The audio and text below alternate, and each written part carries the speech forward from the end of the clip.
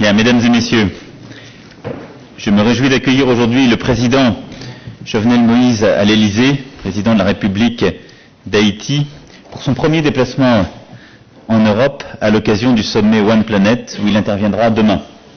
Je veux dire combien il est le bienvenu et combien je suis très heureux d'avoir eu l'occasion d'échanger avec lui les sujets internationaux que nous avons en commun comme les sujets bilatéraux. Et je pense qu'il était extrêmement important que le président puisse être présent à ce sommet et intervenir tant son pays a pu lui-même connaître dans sa chair les conséquences du réchauffement climatique et des dérèglements climatiques que la région a pu avoir à subir. Ce premier entretien nous a permis de saluer la qualité des relations franco-haïtiennes et d'exprimer notre volonté commune d'œuvrer en faveur du changement indispensable au redressement de son pays et à l'amélioration des conditions de vie de sa population. Je veux ici saluer le travail très important qui est conduit par le président pour la lutte contre la corruption, le renforcement de l'état de droit et lui dire tout le soutien de la France dans ce contexte. Je me félicite que dans les prochains jours, un accord de siège avec Expertise France puisse être finalisé, qui permettra d'œuvrer en la matière, ainsi que les initiatives bilatérales qui ont pu être prises en termes de formation de la fonction publique et de la haute fonction publique haïtienne, ce qui est un élément important de la structuration de l'état de droit. Notre souhait est aussi de pouvoir consolider l'aide internationale pour ce qui est de la France et consolider aussi la part des investissements français en Haïti. Haïti fait partie des pays prioritaires de notre coopération et nous accordons une grande importance à la relation bilatérale dans ce cadre. Je pense que tout le travail, là aussi, de lien avec les bailleurs internationaux que conduit le président est extrêmement structurant en la matière, comme les discussions qui ont été entamées avec le Fonds monétaire international et les réformes ambitieuses pour donner un cadre aux investissements étrangers. La France, par le truchement de l'Agence française de développement, s'est concentrée sur 3 secteurs prioritaires: l'éducation, la bonne gouvernance et la lutte contre les effets du changement climatique. En matière d'éducation, le plan d'action établi en 2015 sera intégralement exécuté, avec 50 millions d'euros annoncés. Et en matière de changement climatique, le travail conduit depuis 2 ans a permis d'aboutir au Fonds vert, justement un projet d'adaptation et de gestion des bassins versants pour 30 millions de dollars. Et Haïti pourrait devenir à ce titre l'un des premiers, si ce n'est le premier pays, à obtenir un projet d'adaptation dans le cadre de ce fonds vert. Nous sommes convenus d'accélérer en la matière le travail pour, en termes de travaux publics, en termes d'électrification, accélérer la coopération bilatérale qui permettra là aussi d'arriver à la réalisation de projets concrets. Enfin, je souhaite que nous puissions également intensifier notre relation dans le cadre de la coopération régionale et de la CARICOM dont Haïti va exercer la présidence à compter du 1er janvier prochain.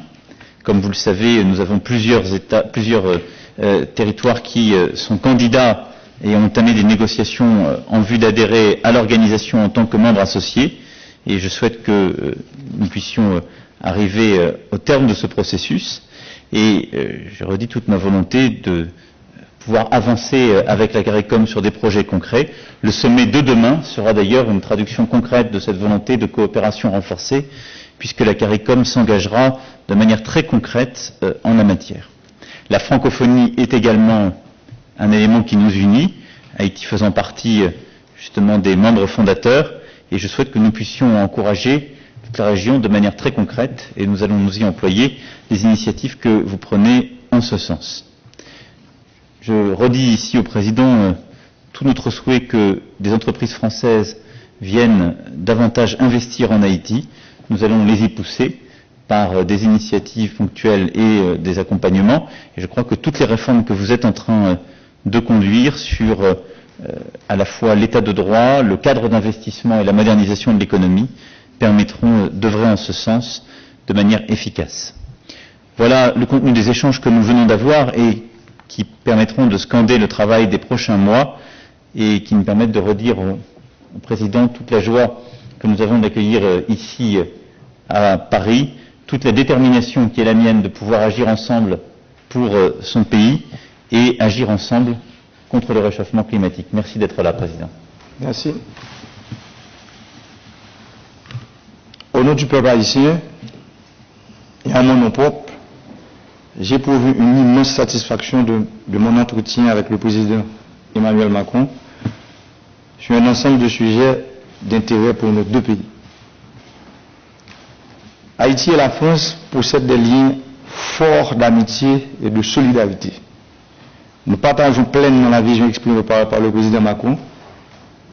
Haïti croit que le développement est une décision et un processus national. Au cours de nos échanges, nous avons convenu de renforcer les liens commerciaux entre les deux pays. La coopération en matière d'éducation à tous les niveaux, surtout l'enseignement supérieur et la formation professionnelle, et aussi les capacités des institutions de l'État haïtien pour mieux faire face aux défis du développement. J'en profite pour saluer le leadership et l'engagement profond du président Macron pour la tenue du sommet sur le financement de l'action climatique. 2 ans après l'accord historique de Paris sur le changement climatique.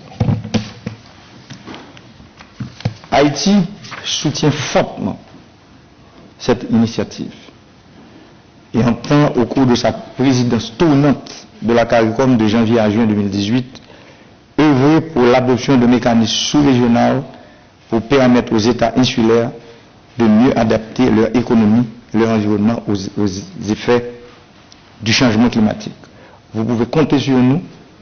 Nous sommes en train de travailler pour que le français, comme nous l'avons si bien dit, qui est notre langue officielle, soit en fait une langue, la langue de la CARICOM aussi.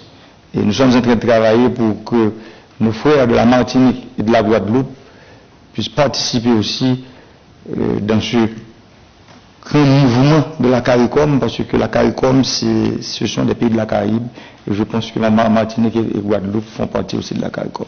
Je vous remercie. Merci beaucoup. Merci, messieurs, dames.